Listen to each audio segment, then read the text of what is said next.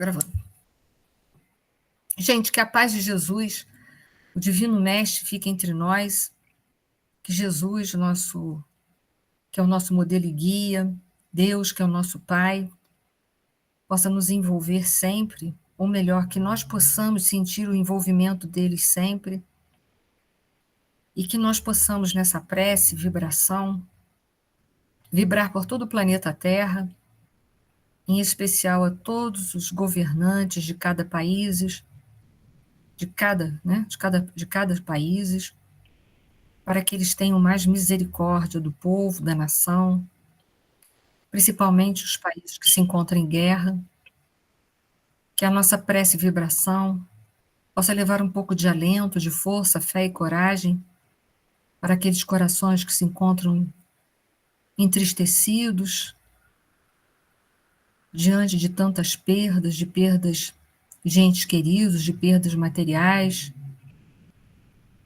Também te rogamos, Senhor, pelo nosso Brasil, que se encontra em momento de eleição, que haja sempre paz entre os candidatos, que os que forem tomar posse possam estar mais preparados, possam também ter mais misericórdia do povo. Te rogamos por nós, pela nossa família, por aqueles que não puderam estar aqui hoje, e que essa paz e que esse amor que por hora já sentimos, possamos nós cultivá-los dentro do nosso coração durante toda essa semana. Muito obrigada, Senhor. Que assim seja.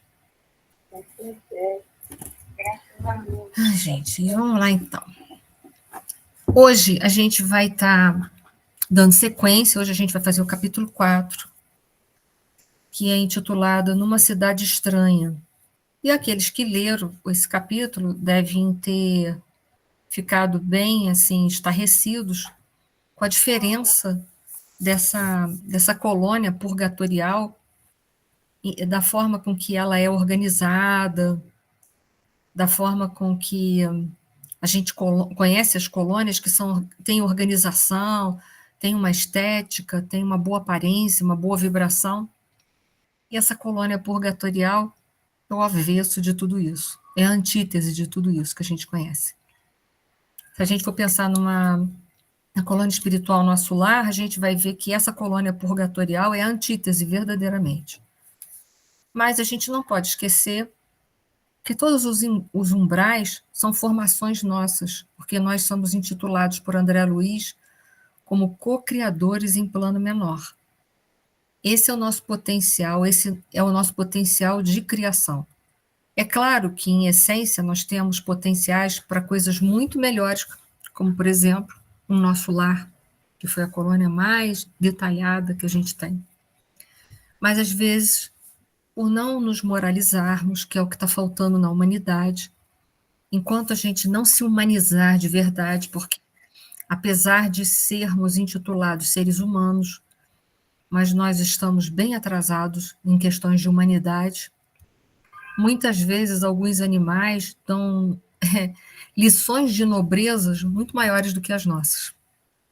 E nós nos intitulamos seres humanos, mas precisamos nos humanizar, nos moralizar, nos espiritualizar, para que a paz possa reinar no nosso planeta, para que possamos todos ingressar no mundo de regeneração.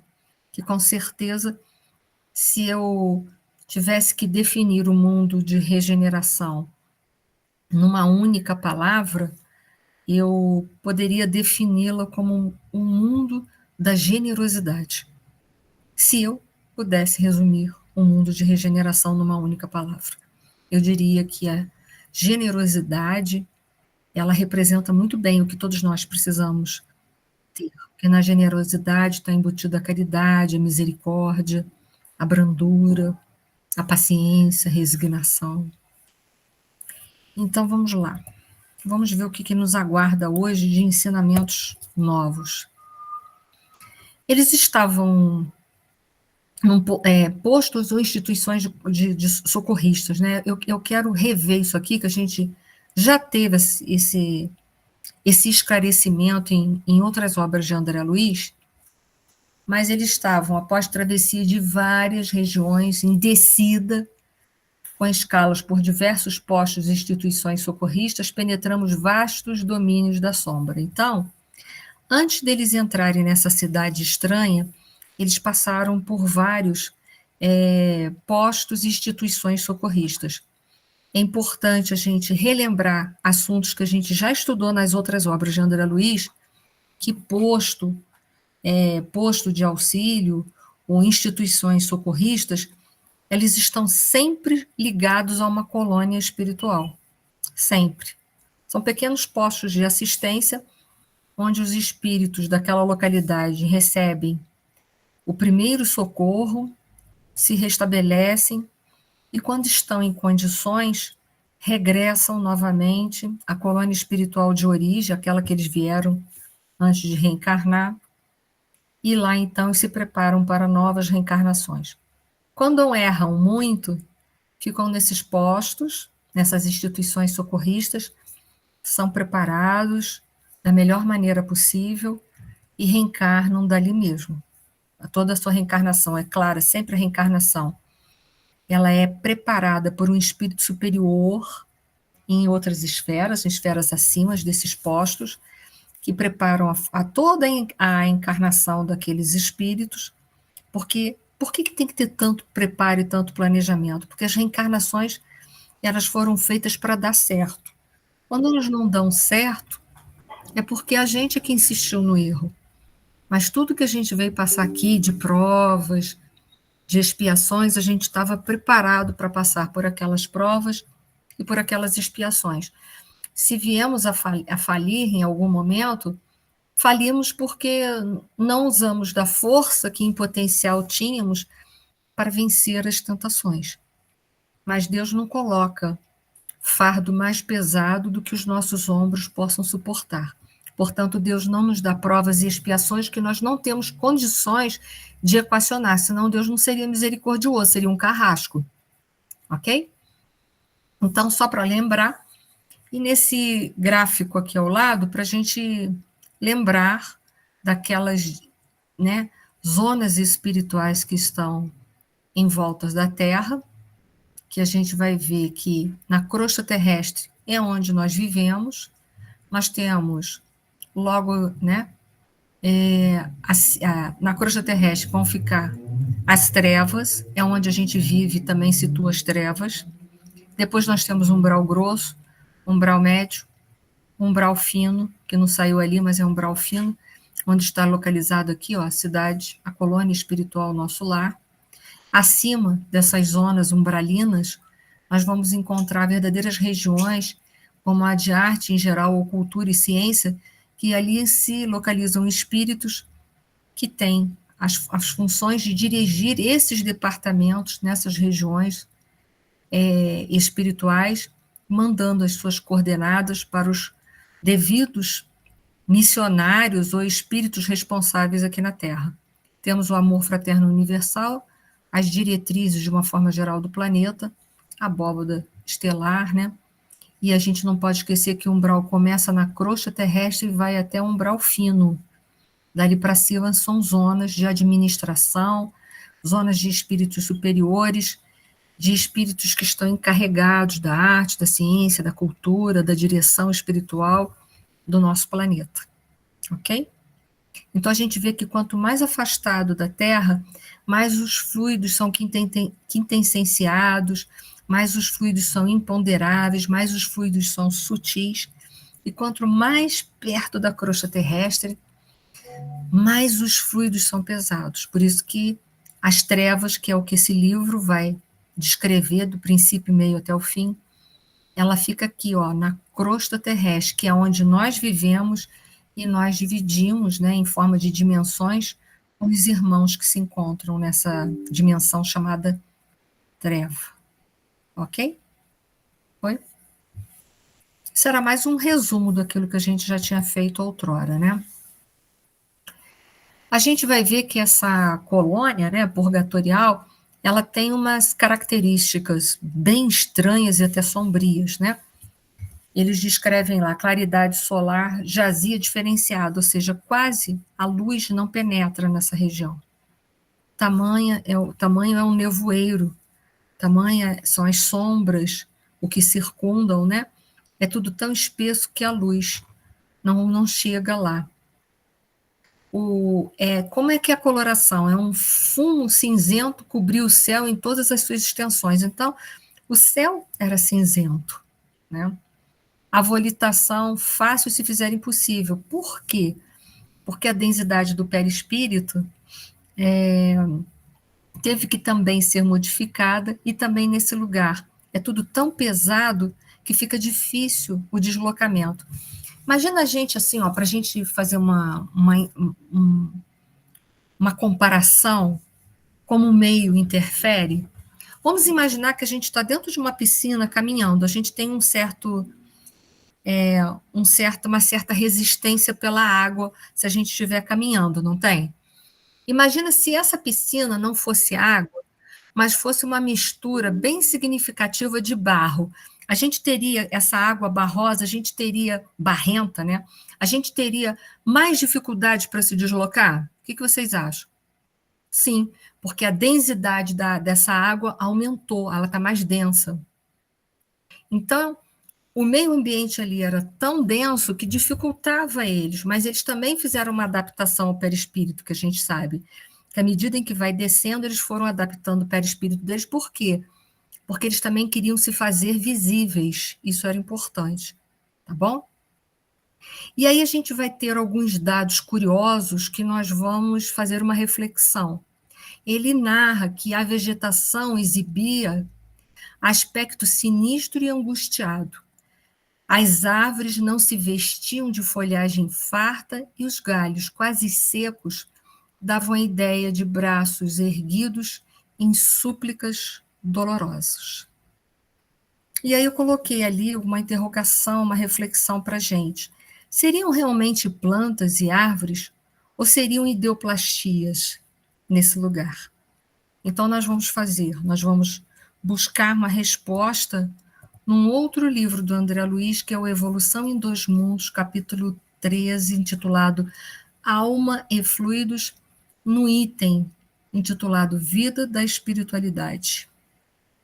Ele coloca assim: plantas e animais domesticados pela inteligência humana durante milênios podem ser aí aclimatados e aprimorados por determinados períodos de existência, a fim dos quais regressam aos seus núcleos de origem no solo terrestre para que avance na romagem evolutiva, compensados com valiosas aquisições de acrisolamento, pelas quais auxiliam a flora e a fauna habituais à Terra, com os benefícios das chamadas mutações espontâneas. Essas mutações das espécies era uma curiosidade de Darwin. Ele queria saber por que, em algum momento, as espécies sofriam determinadas mutações. É claro que ele chegou a uma conclusão materialista, mas ele não fechou porque faltava muitos subsídios para poder fechar a teoria dele. Mas uma das hipóteses é que o meio interferia e fazia essas mutações.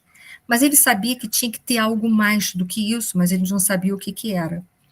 Hoje nós sabemos que há plantas no mundo espiritual, porque na colônia espiritual, nosso lar, a gente vai ver descrição de plantas, como vai ter a presença de animais também na colônia espiritual, nosso lar, quando a gente estudou. Porém, vou só colocar que alguns animais que são usados até pelos samaritanos, não sei se vocês lembram deles, que foi narrados no livro Nosso Lar, que são utilizados pelos samaritanos, quando os samaritanos saem da cidade de Nosso Lar, na direção dos umbrais, eles vão munidos de cavalos e cachorros. Por quê? Eles vão levando os bichinhos para ajudar eles, o cavalo, nos transportes daqueles espíritos que voltam muito espoliados dessas zonas, e os cachorros eles vão servir como grandes farejadores para ajudar a encontrar alguns espíritos que se encontram em Furnas. Olha que situação. Isso a gente encontrou essa narrativa nas obras de André Luiz.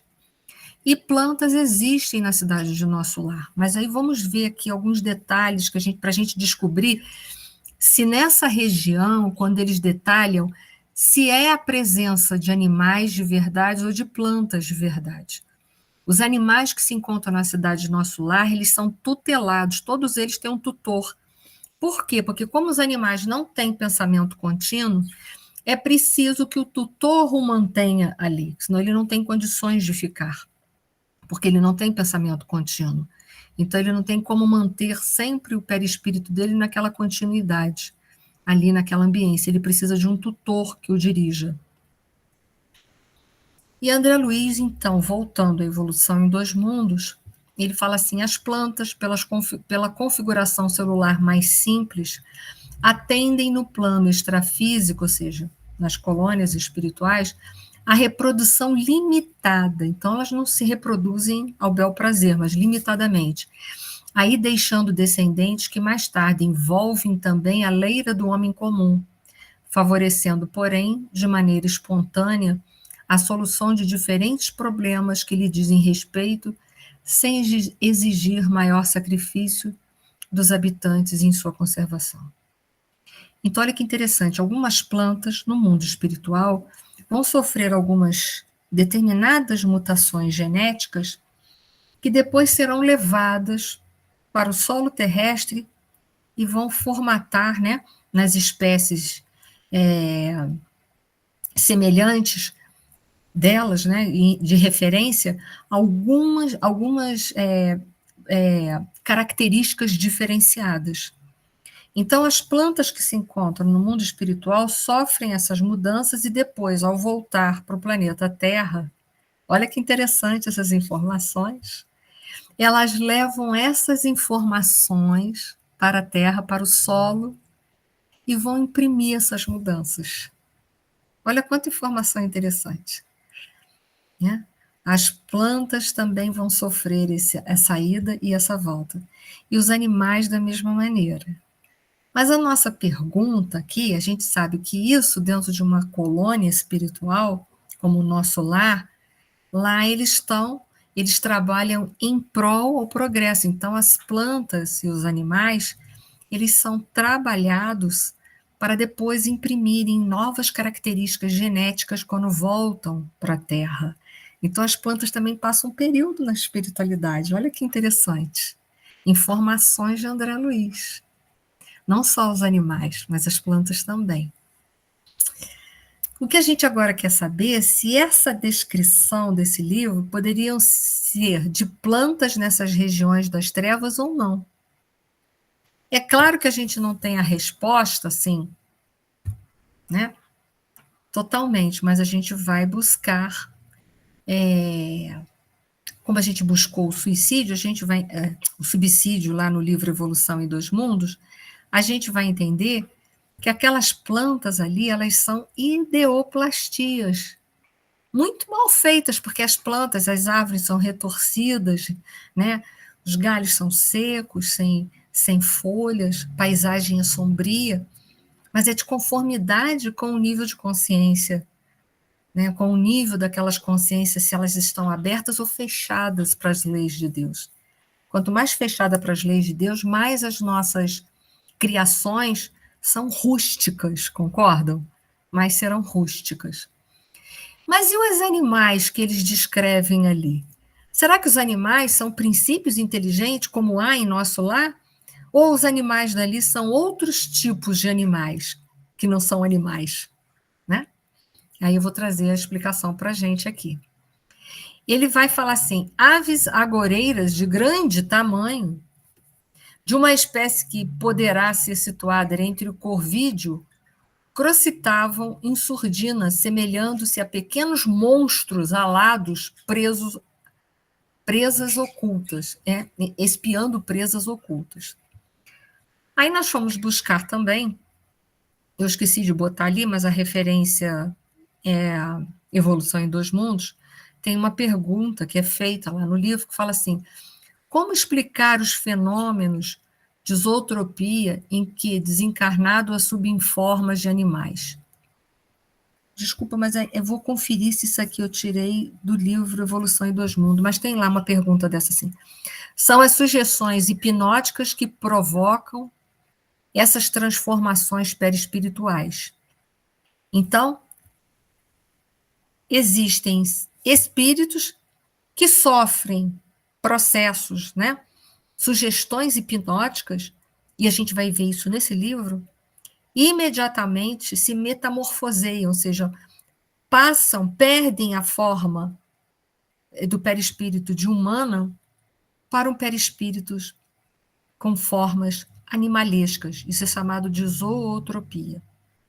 Isso pode ser observado sob 2 aspectos. Primeiro, através da autossugestão, motivada por sentimentos de culpa. Então, pode, às vezes, não ser uma situação hipnótica de terceiros. Então, às vezes, não parte de um espírito maldoso que está tentando subjugá-lo para que ele se modifique e tome uma forma animalesca, mas pode ser por autossugestão, porque a pessoa está se sentindo tão culpada por tantas coisas erradas que fez, que ela se sente tão miserável e indigna de permanecer com a forma humana dela. Então, há 2 casos, um é hipnose e o outro a autossugestão. Eu vou ler de novo. Então, isso pode ser observado sob 2 aspectos. Primeiro, através de autossugestões motivada por sentimento de culpa ou rebaixamento voluntário. Segundo, pela ação da mente de outro espírito sobre determinada entidade espiritual, explorando-lhe os delícias que o tornam praticamente vulneráveis. Aonde que nós vamos encontrar que se fala sobre as questões de zootropia? O assunto é tratado nos Domínios da Mediunidade, capítulo 23, Libertação, capítulo 5, nos Bastidores da Obsessão, capítulo 3 e 6, Nas Fronteiras da Loucura, capítulo 27 e 28, Painéis da Obsessão, capítulo 18, Loucura e Obsessão, capítulo 8. Todas essas últimas obras citadas são de Manuel Filomeno de Miranda, psicografia de Francisco Cândido Xavier. Então, esses slides vão para vocês. Quando vocês quiserem procurar referências sobre a zootropia, que ocorrem por esses 2 fatores, ou por hipnose ou por autossugestão, nós vamos encontrar nesses livros. Ok? Vocês estão silenciosos hoje que me dá medo. Vamos lá, né? Aquelas árvores estranhas, de frondes ressecadas, mas vivas, seriam almas convertidas em silenciosas sentinelas de dor, qual a mulher de Ló, né, do Velho Testamento, transformada simbolicamente em estátua de sal? Pergunta do André, né? E aquelas grandes corujas diferentes, cujos olhos brilhavam desagradavelmente nas sombras, seriam homens desencarnados sob tremendo castigo da forma? Quem chorava nos vales extensos de lama? Porque ele escutava aquilo, eles andavam na lama e escutavam que embaixo da lama haviam espíritos, né? Criaturas que houvessem vivido na terra, que recordávamos, ou duendes desconhecidos para nós. Então, são questionamentos que o André Luiz fez dessa obra. E aí eles continuam nas excursões, mas o Gúbio não pode conversar muito com eles ali, explicar tudo. Primeiro que eles estão sendo observados. E segundo, que a curiosidade ali seria de tremendo perigo para todos eles. Porque é preciso que eles se mantenham em prece, em boas vibrações, o máximo possível. Por quê? Porque na condição de quase todos nós, que somos espíritos imperfeitos, e mesmo até dos espíritos bons, ainda são vulneráveis. Nós ainda trazemos vulnerabilidade. Só vamos deixar de ter influência da matéria e só deixaremos de sofrer tentações quando nós alcançarmos a condição de espíritos puros. Até então, nós podemos cair no charco novamente. Por quê? Porque as virtudes ainda não se fundamentaram totalmente em nós. As virtudes, elas estão em processo de formação dentro de nós. Nós estamos aprendendo a amar incondicionalmente, nós estamos aprendendo a ter paciência, nós estamos aprendendo a ter misericórdia, nós estamos aprendendo a ser fraterno, tudo isso a gente está em processo de aprendizado. A gente já não tem isso já totalmente estabelecido dentro de nós. Algumas virtudes já deram passos maiores, outras estão dando passos agora. Nós somos assim. Então, aonde o progresso não se fez por definitivo, onde não houve a espiritualização por definitivo, haverá sempre uma brecha para cairmos. Sempre. Sempre poderemos cair por essas brechas. Lembra do livro Renúncia, Alcione? Lembra que ela fala que ela quer vir para a Terra para ajudar o amor da vida dela. Ela é advertida que ela pode cair e ficar nos ciclos reencarnatórios de dor novamente no planeta Terra? Não sei se todos leram esse livro, mas se não leram, já vou respondendo que sim. E, poxa, ela estava num planeta muito mais evoluído que o planeta Terra. Mas por quê? Porque não é espírito puro. Se não é espírito puro, sofre tentação ainda. Então, corre risco de vir e chafurdar os pés na lama de novo. Se comprometer, né? Hein? Se comprometer, isso mesmo, Maria. Então, né, Maria, a gente fica pensando assim, né? Então, enquanto a gente não alcançar isso, a gente pode cair. Quer dizer, ela pode estar num planeta muito melhor em evolução, mas a gente pode cair. Então, pode haver quedas, né? Essas quedas, já vou fazer a pergunta mais para frente, será que elas representariam um retrocesso? É uma reflexão que eu vou trazer essa noite para nós. Obrigada, Maria, pela ajuda. Oi, Eni, é muito importante, né, você ter frisado isso, porque são duas coisas que a gente fica por conta dessa explicação. Ou a gente vai ficar com uma... como tem naquele livro, Reforma Íntima com o Martírio, né? A gente não pode ficar muito severo conosco mesmo, porque a gente tem que ver que estamos permeados todos, mais ou menos, nesse grau. É raro ter os espíritos mais evoluídos junto a nós, encarnados. E também não podemos ficar justificando que somos todos iguais, ainda dá tempo. Quer dizer, esse ponto de equilíbrio é muito importante para a gente avançar, né? E a gente, na maioria das vezes, não tem esse ponto de equilíbrio. Ou a gente passa muito a mão, ou a gente fica muito rígido conosco mesmo e acaba ficando com o outro. E aí, na hora de conviver, a gente nem vai ter esse amor fraterno, porque se não vai ter por você mesmo, como é que vai ter pelo outro, né? Naquilo que eu entendi eu vou fazer uma colocação, você me diz se eu estou te entendendo. Nem culpa, nem desculpa, né? A gente se chicotear. Essa tua frase, realmente, essa frase que você usa muito, ela tem que ser até um lembrete, assim, de porta de geladeira, né? Sim. Nem culpa, nem desculpa, né? Sim, a gente não precisa se punir com chicote no corpo. Errei. E taca chicote e joga salmoura, não precisa. E nem ficar se desculpando. Mas eu estou assim, mas todo mundo está também, todo mundo faz também, nenhuma coisa nem outra, né? É a gente se responsabilizar, pelo menos eu entendi dessa forma a tua colocação. Toma responsabilidade, o que eu preciso melhorar? Eu preciso melhorar isso, que isso aqui é meu calcanhar de Aquiles, se eu bobear, vou ficar sendo sempre flechada nessa área aí.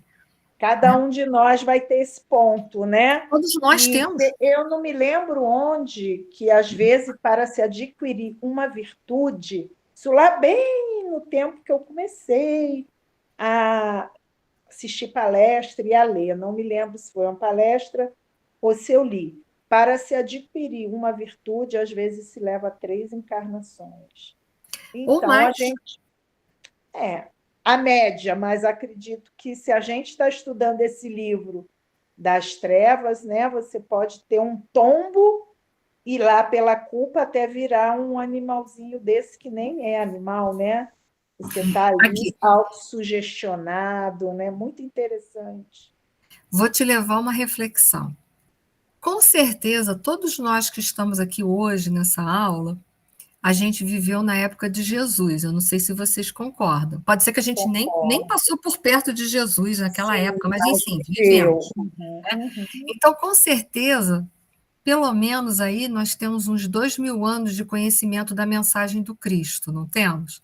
Sim. E nem por isso. E quantas reencarnações já tivemos depois disso? Sim.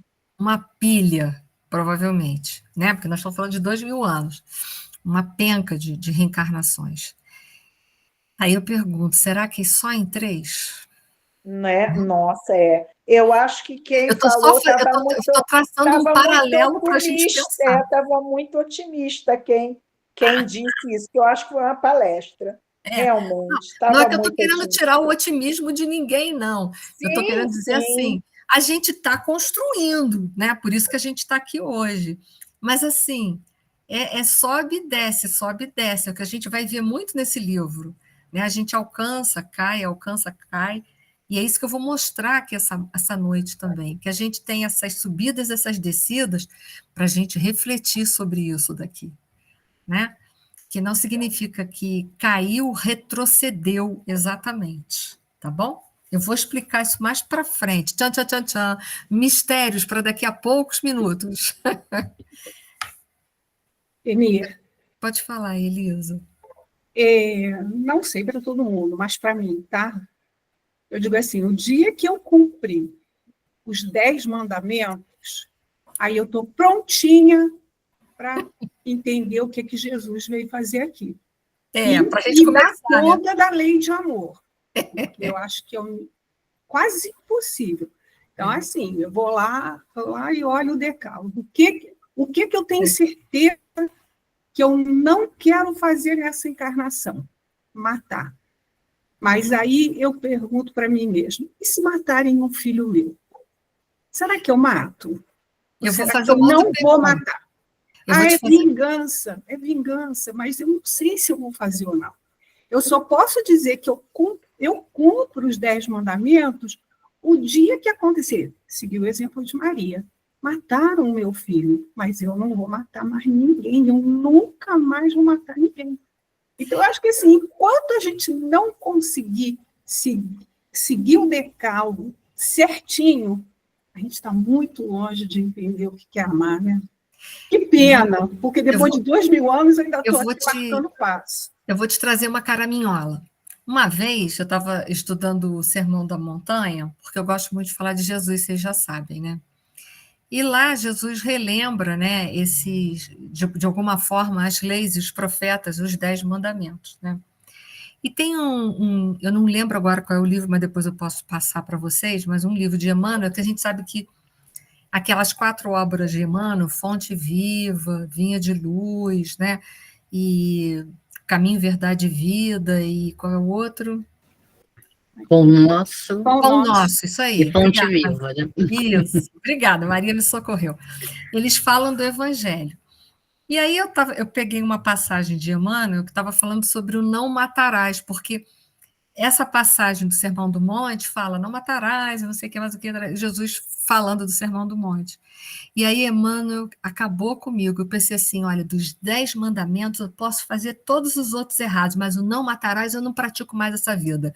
Eu fiquei assim, botei kit, pelo menos um eu já posso fazer o checklist ali que está feito. Aí Emmanuel aborda o não matarás, tudo diferente. Porque ele diz que quando a gente tira a esperança de uma pessoa, a gente está matando ela. Ele está falando das mortes psicológicas. Aí eu falei assim, meu Deus, deixa eu pegar aqui a borracha e apagar, porque nada de checklist nesse também. Posso apagar, que esse também não tem checklist. Né? Então, eu acho que é assim, né, Eni? A gente pode não matar fisicamente. Isso, mas a gente mata espiritualmente. E os pensamentos da gente não acabam matando alguém? Isso aí. O Emmanuel aborda isso.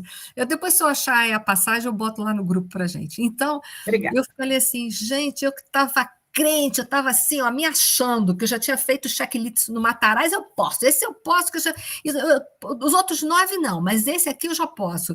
Aí eu murchei assim, olhei e falei assim, vai levando, vão tentando, vamos embora. Obrigada, Miriam. Pode falar, às vezes, se raiva matasse, né? Pô, mas raiva mata também, pois é, então. Não é? Porque o Emmanuel, você vai ver, no desenrolar dele, tu vai falando assim, eu fui murchando tanto, mas eu murchei tanto. Depois eu vou botar o texto lá para vocês. Que eu falei assim, nada de checklist, não vou fazer checklist nenhum agora, já desisti. Vamos seguindo, cada dia é um passo, e pronto. Um dia isso eu vou poder fazer o checklist nisso, mas ainda não. E Mas a esse da Dani falou um esperança é negócio- terrível, né? Hein? Esse da esperança é E as terrível. mortes emocionais, né? Quando você tem uma raiva de alguém, né? Ai, tô Ou com sem raiva. querer, né? A pessoa vem te falar de uma coisa, de um projeto dela, tu vai, mas será que isso vai dar certo? Pois é, Pronto. então. Aí, pronto, já matou a Já criatura. Pronto, acabou de matar. Não foi acabou de preso, mas matou. A Jane falou uma coisa que é assim, a raiva, né? Quando Isso. a gente fala assim, eu estou morrendo de raiva. Pois a gente é. está matando a gente mesmo. A gente e às vezes os outros, porque se o outro tem uma queda de vibração, pronto, a minha raiva atingiu ele. Pronto. Né? Então, assim, eu acho que até para os 10 mandamentos, a maioria de nós ainda está capenga. Mas a gente está indo. Não matar fisicamente já é alguma coisa boa, né? Já é alguma coisa boa.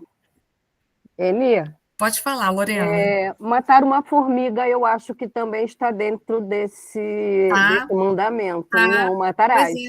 Então, minha querida, estamos longe de seguir esse mandamento aí, porque, olha, eu vou te falar, quem é que não mata uma formiga? Uma barata. pulga. Quem não mata uma barata, se achar? Plefit na baratinha. É complicado, é isso aí. Se a gente for dar a abrangência do matar, né? A gente vai ver que a gente já melhorou muita coisa. A gente não vai para a guerra matar os outros por crueldade. Mas a gente ainda mata, né?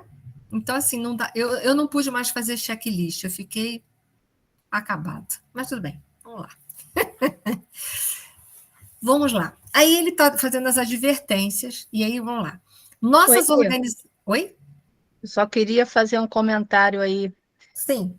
Vocês estão falando em cima do que a Elisa falou dos 10 mandamentos, mas sempre que eu pego a mensagem no Evangelho, que diz o homem de bem, que é o capítulo 17, esse para mim eu acho que é muito mais crucial do que os 10 mandamentos, porque fala de todas. Não há um parágrafo aqui que não tem uma coisa que eu já fiz, ou que eu já passei, ou que eu não consigo ainda amenizar, porque eu acho esse capítulo muito profundo para a nossa reforma íntima e que realmente, para mim, ainda é muito difícil.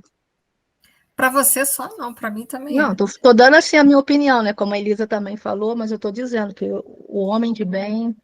É dureza, né?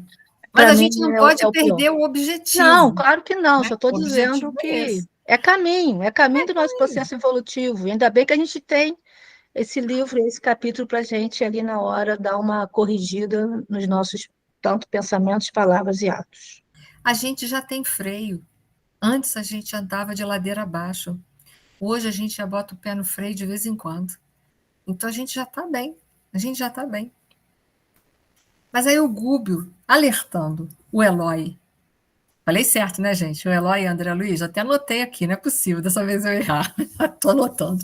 Vocês sabem que é o pronome só botando um bilhetinho. Nossas organizações perispiríticas, a maneira de escafandro estruturado em material absorvente, por ato deliberado de nossa vontade, não devem reagir contra as baixas vibrações desse plano. Por que não deve reagir? Porque aí a gente vai estar jogando cartas, jogando na mesma vibração. Não pode ter reação. Tem que ter ação, mas não reação contra as coisas. E Jung diz que tudo que a gente resiste, persiste. E é verdade. Quando a gente tenta resistir ao mal, ele fica ali, persistindo até a gente parar de resistir nele. Não significa que a gente vai viver o mal, mas é parar de duelar contra, aceitar o mal na gente e trabalhar o mal. Então, por isso que tudo que a gente resiste, persiste, nesse sentido, tá? Enquanto a gente está dizendo eu não sou, isso é uma resistência. A partir do momento que a gente se olha e fala, eu estou nessa condição, sim. Eu não sou, mas eu estou. E aí a gente consegue trabalhar, quando a gente cai essa ficha, né?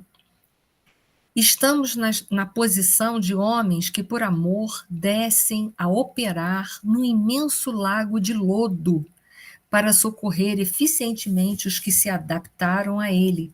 São compelidos a cobrir-se com a substância do charco, sofrendo-lhes com paciência e coragem a influenciação deprimente. Então, veja, há uma advertência para a gente não cair lá, e aqueles que lá estão lá porque lá se colocaram nessa condição. Porque quem criou o charco, o lodo nos umbrais? Quem foi? Os habitantes. É autopunição. Né? Nem culpa nem desculpa, porque todas duas, o pano de fundo é orgulho. Todas duas, o pano de fundo é orgulho. Na culpa, porque eu me acho tão superior, como eu poderia ter errado. E na desculpa, eu me acho tão superior que eu empurro a culpa para os outros para não correr risco de dizer que eu podia ter errado. Né? Então, nem culpa nem desculpa. Tenha a humildade do reconhecimento, porque a palavra humildade significa reconhecimento. Reconheça-se falho, veja onde está a sua quantidade de falhas e corrija a parte que lhe cabe. A do outro é do outro, para quando ele quiser e se ele quiser. Mas o que é seu é seu. É intransferível o que é seu. Não estamos em cavernas infernais, mas atingimos grande império de inteligências perversas e atrasadas, anexos aos círculos da crosta, onde os homens terrestres lhe sofrem permanente influenciação. Então, como a treva é uma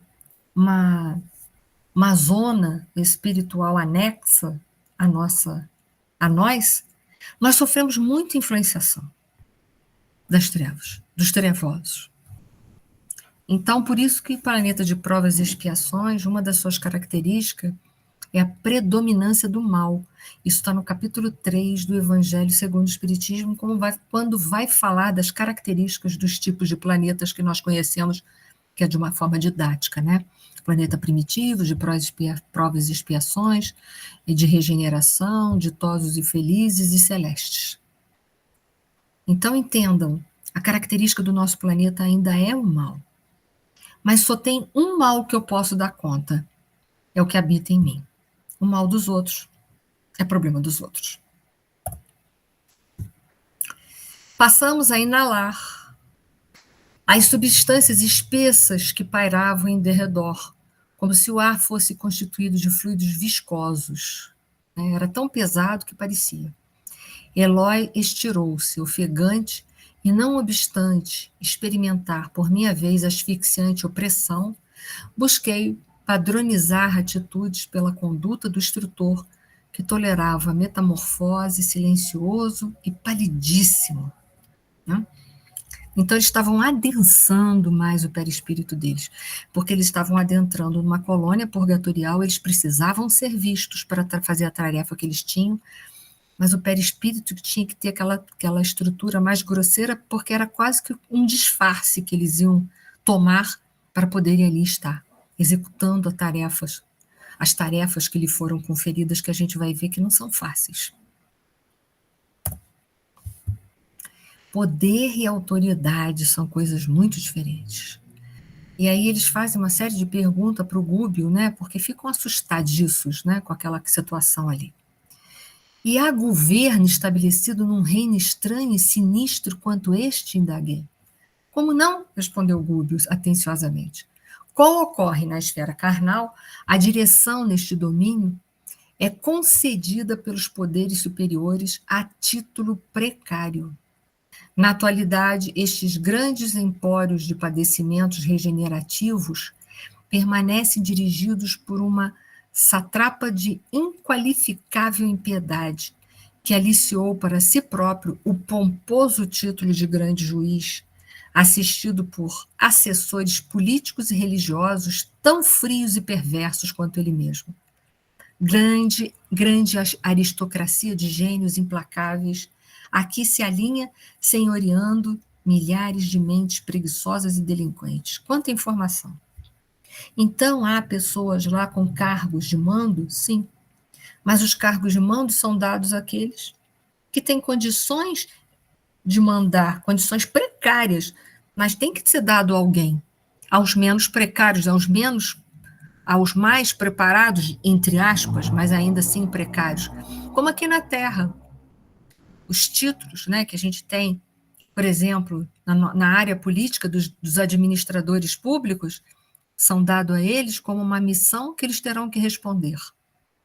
São títulos precários também? São, porque são espíritos que não são totalmente moralizados. Por isso que a grande maioria falha.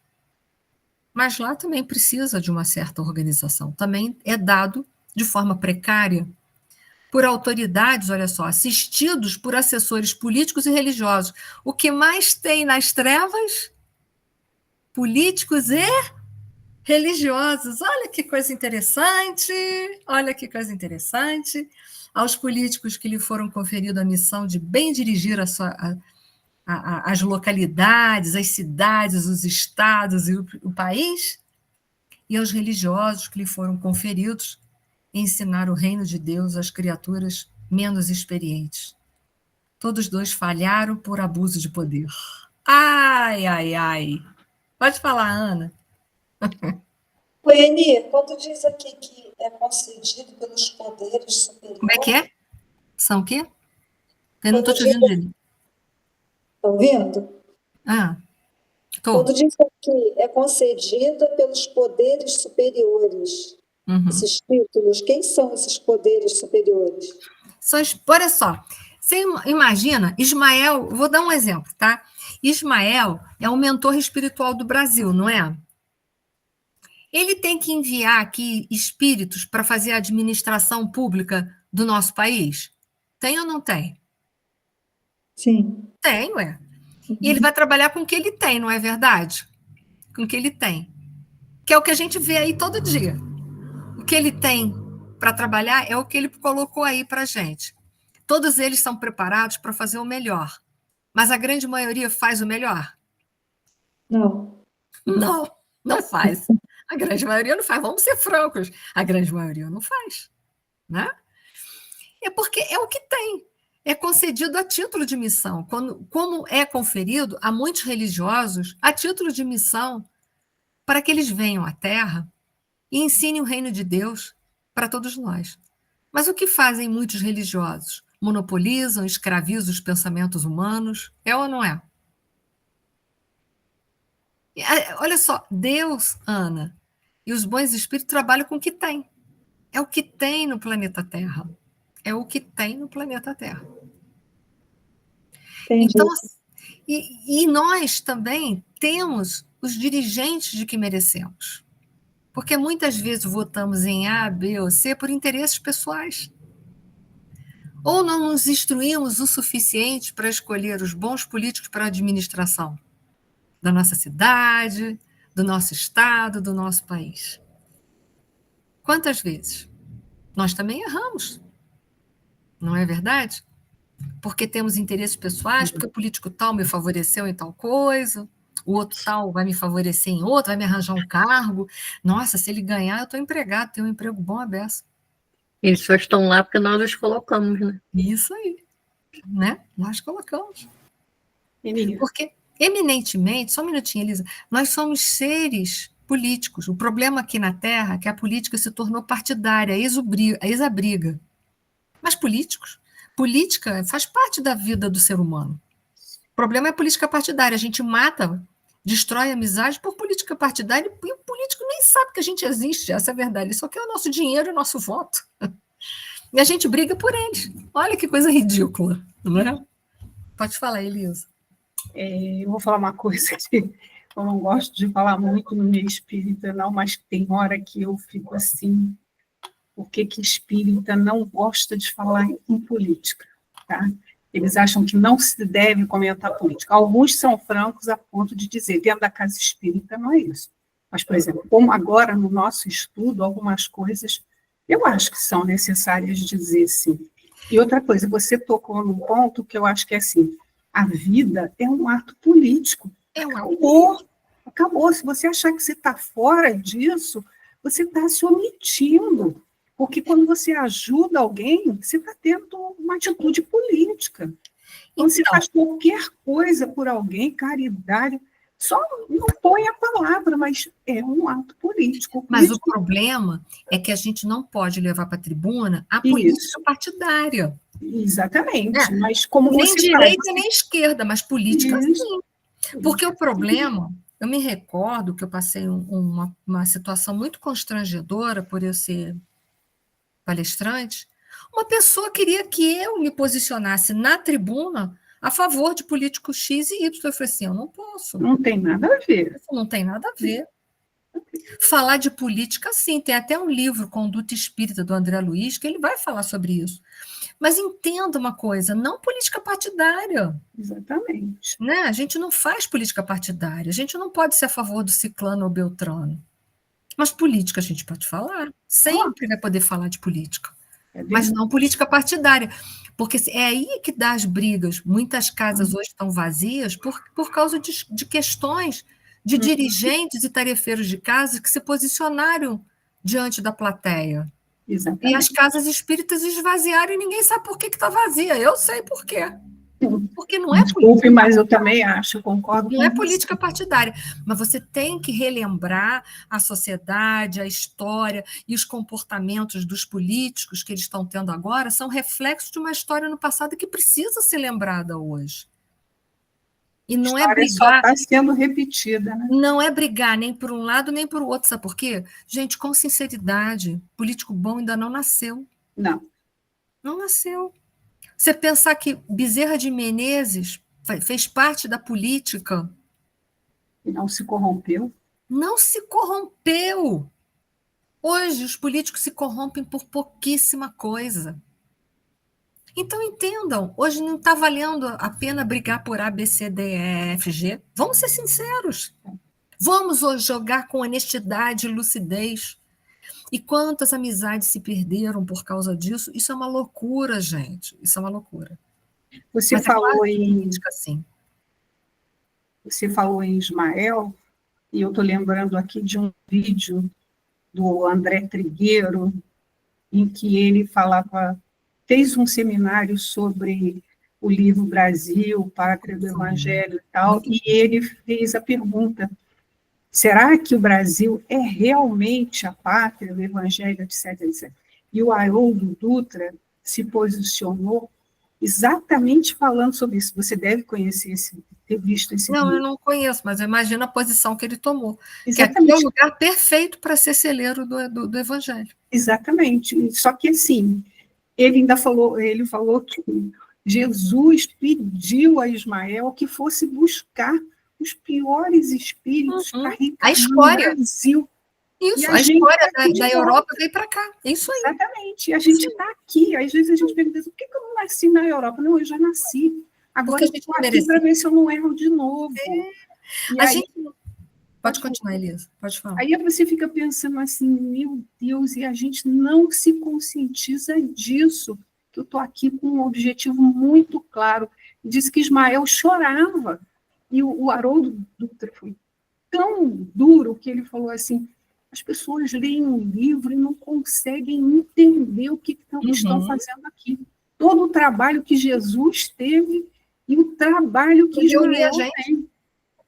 Oi? Isso aí. Para reunir a gente, porque é o meu defeito esbarrando no teu defeito e a gente vai se alimando, vai aparando as arestas, né? É o lugar perfeito. Aqui tem tudo. É o lugar perfeito para ser a pátria do Evangelho. Porque tem uma questão do Livro dos Espíritos, que é a 916. Eu não estou com o Livro dos Espíritos aqui, mas é feita uma pergunta sobre quanto mais a gente evolui a civilização, mais parece que o orgulho e o egoísmo sobressai. E os espíritos respondem: é preciso que pareça muito, sobressaia muito, para que a gente se conscientize da importância, se desvencilhar deles. E é vivendo no meio dessa corrupção, dessa coisa grossa que nós estamos vivendo no Brasil, dessa coisa pesada, que nós vamos nos conscientizar que não é por ali, não é nesse individualismo, nessa corrupção que nós vamos salvar a nossa pátria. Não é. Mas é depois de tanta gente se atritar que a gente vai chegar a essa conclusão. A gente é testado nisso, não é? Hein? A gente é testado nessa hora, isso. Né? A gente é testado também para votar, para se posicionar, e não para brigar entre a gente. Porque se você votou no candidato tal, o candidato tal não faz, você tem que cobrar, não importa se ele é da direita, da esquerda, de cima, de baixo, do lado, não importa. Mas o que falta no Brasil não é ser reativo para a praça pública quebrar tudo, não é nada disso. É a pessoa se posicionar na sociedade. O brasileiro é muito omisso, é muito omisso. É muito omisso e muito preguiçoso, ele quer ganhar tudo. Mas, enfim, isso é uma outra história, né? Mas, assim, aqui a gente tem tudo para ser a pátria do Evangelho. Porque é depois de tanto sofrimento que nós vamos chegar à conclusão que só através do amor, da seriedade, que nós vamos poder verdadeiramente ter um Brasil à altura nossa. Que aqui tem uma pergunta do Livro dos Espíritos, que eu não lembro qual é, que foi até questionado a um político que é espírita, e que está lá no livro dos Espíritos. Por que o bem não vence? E lá está escrito o quê? Porque o bem é tímido. Aí parece que a gente tem medo de ser bom, a gente tem vergonha de fazer o bem. Isso mesmo, a gente tem aí, vergonha assim, de se complica. A gente tem medo, Elisa, de se posicionar e o que as pessoas vão pensar. Isso. Mas a gente não tem que se preocupar com o que vão falar da gente, mas a gente tem que estar se preocupando com a consciência reta. É isso que a gente precisa. Desculpe, gente, hoje eu falei demais. Sem problema. Próximas 10 aulas e encarnações eu fico calada. Pode falar, Jane, a gente vai terminar também, que eu vou parar aqui, fazer o stop, e nós vamos falar depois da diferença entre poder e autoridade. Poder é conferido, autoridade é granjeada, né? Vai. Nessa fala aí sobre o Evangelho, né, a pátria do Evangelho aqui, esses seminários, eu me lembrei de algo, mas não tenho certeza. Se eu não me engano, foi Haroldo Dutra também falando, que a gente pensa que o Brasil vai ser como um Estados Unidos, uma América do Norte, vir e o povo ficar ricaço, poderoso, e que não é isso o conceito. O conceito da América era para ser tal e qual está na América do Norte o poderio econômico, mas a América do Sul, o Brasil, né, como centro dessa América do Sul, é para ser generoso, caridoso, fraterno. Eu lembrei, de fato, foi essa a explicação do Haroldo? Se alguém viu, se lembra, que eu acho que... Eu acho que essa referência que você falou sobre as Américas, eu não tenho muita certeza se é no Brasil, coração do mundo, pátria do Evangelho, isso é Caminho da Luz. Eu posso até depois... um dos dois, porque ele já fez, né?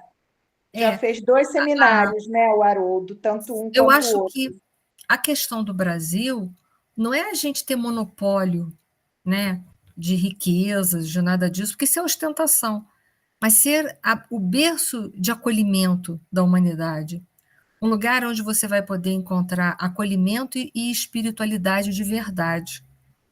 Né? Eu acho que eu vejo o Brasil dessa forma, não aquela ostentação, porque quanto mais ostentação, mais a gente se afasta de Deus. Essa é a verdade. Né? Mas isso é uma outra história. Né? Oi, pode falar, Maria. Quem fez uma palestra muito boa sobre a respeito do livro, né, Pátria do Evangelho, Coração do Mundo, foi a Marisa Ferro. Ah, foi? Eu não me lembro. Ela fez uma palestra... Tomara que tenha... Será que foi gravada? Não, sim, acho que tem no YouTube. Oh, meu Deus do céu. Você queria bater na gaiola do passarinho. Já faz um tempo, mas ela fez lá no CE, ela fez essa palestra. Se a gente achar, a gente tenta ver. Para quem quiser ver e fala realmente do que você está falando, das pessoas acharem que o Brasil tem muita gente ruim aqui, e se fala-se que aqui era para ser o coração do mundo, a pátria do mundo. Aí ela dá essa explicação, sabe? E é muito, muito boa a palestra dela. Se a gente encontrar mais subsídios, a gente passa. Mas, gente, acabou nossa hora, agradeço a todas as participações. A gente vai abrindo, né? Mas a gente vai parar aqui no poder e na autoridade, entender que o poder é conferido, mas poder é conferido. Autoridade é algo que a gente conquistou com o trabalho. E o que se está falando, tanto dessa cidade estranha, quanto dos políticos do nosso Brasil, é que lhe foram conferidos poder é dado e pode ser tirado. A autoridade é algo que você conquistou, ninguém nunca vai poder roubar de você.